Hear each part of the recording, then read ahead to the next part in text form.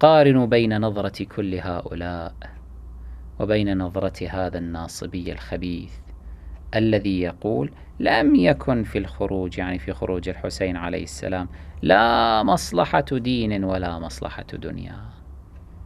يعني الحسين لا يعرف المصلحة، لا يعرف المصلحة الدينية، لا يعرف المصلحة الدنيوية.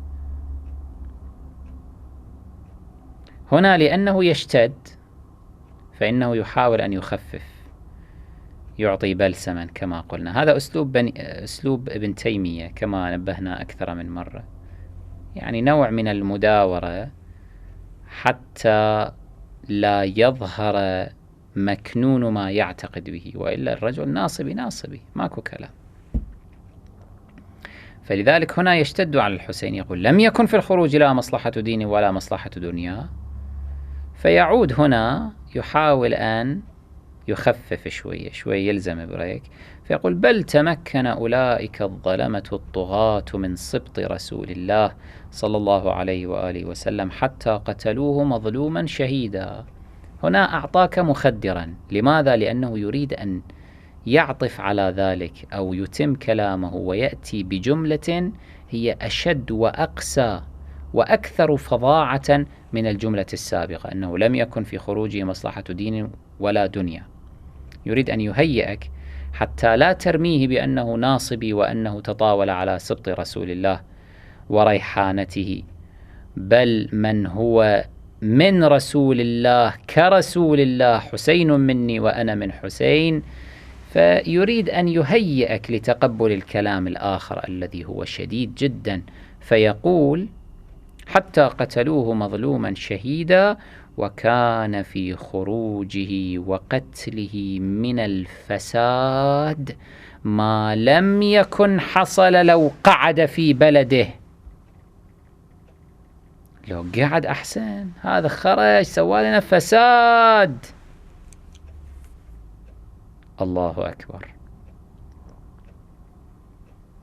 لماذا تريد من الحسين أن يقعد في بيته كالنساء؟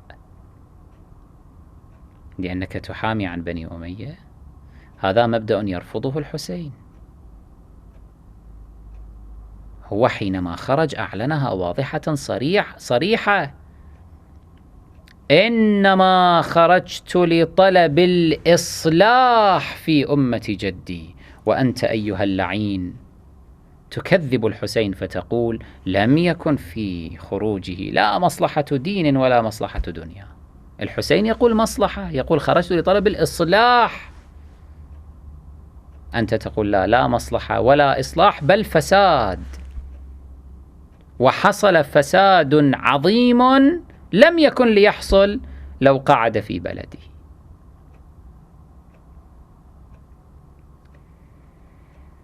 إنما خرجت لطلب الإصلاح في أمة جدي، أريد أن آمر بالمعروف وأنهى عن المنكر.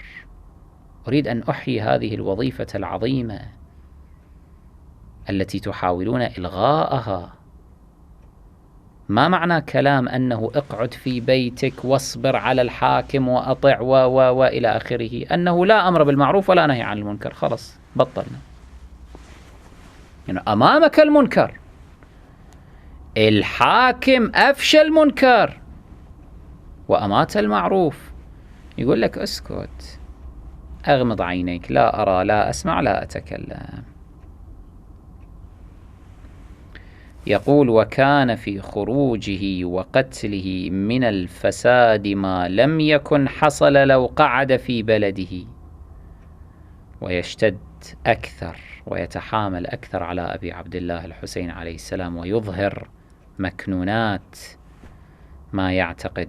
يقول فإنما قصده من تحصيل الخير ودفع الشر لم يحصل منه شيء، بل زاد الشر بخروجه وقتله ونقص الخير بذلك، وصار ذلك سببا لشر عظيم. لعنك الله يا ابن تيمية. الحسين صار سببا لشر عظيم. الحسين صار عندك سببا لنقصان الخير وزيادة الشر وشر عظيم. الله الله الله. هكذا ينظر إلى سيد شباب أهل الجنة.